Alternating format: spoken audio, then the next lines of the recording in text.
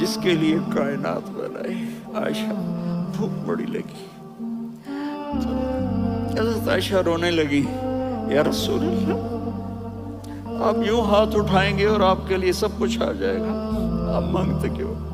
کہا عائشہ مجھ سے پہلے میرے بھائی انبیاء اسی فاقے میں گئے، میں بھی اسی فاقے میں اپنے رب سے ملاقات کروں گا. میرے عزیزوں، میرے بچوں، نوجوان بیٹھے ہو، بچیاں بچے، اپنا آئیڈیل اپنے نبی کو بناؤ، اپنا آئیڈیل اپنے نبی کو بناؤ اور نبی والے اخلاق سیکھو، آپ کے گھر آباد ہو جائیں گے. برداشت کرنا سیکھو، معاف کرنا سیکھو. اب آپ کینیڈین ہو یا جہاں سے بھی ہو، اس پاسپورٹ کی عزت کرو، یہاں کے قانون کا احترام کرو، یہاں وائلیشن نہ کرو، جھوٹ نہ بولو، کسی کو دھوکہ نہ دو. یہاں کی لڑکیوں سے اس لیے شادی نہ کرو کہ میرے پیپر بن جائیں، قیامت کے دن کالے منہ کے ساتھ اٹھائے جاؤ گے. اور جو حکومت تمہارے لیے قانون بناتی ہے اس کو فالو کرو. ٹیکس کی چوری مت کرو. یہ گورنمنٹ تم پر لگاتی ہے، ہماری حکومتیں تو لگاتی نہیں ہیں، لیکن یہ حکومت تو تم پہ لگاتی ہے. تو اللہ کے واسطے چور نہ بنو. ٹیکس کی چوری بہت بڑی چوری ہے کہ سب آپ کے کاموں کے لیے استعمال ہوتا ہے. تو یہاں کے قانون کو اوروں سے زیادہ اچھی طرح فالو کرو. دوسرا، یہاں غیر مسلم رہتے ہیں، سب کو عزت دو، سب کو عزت دو، ان کی خوشی میں ان کو مبارک دو.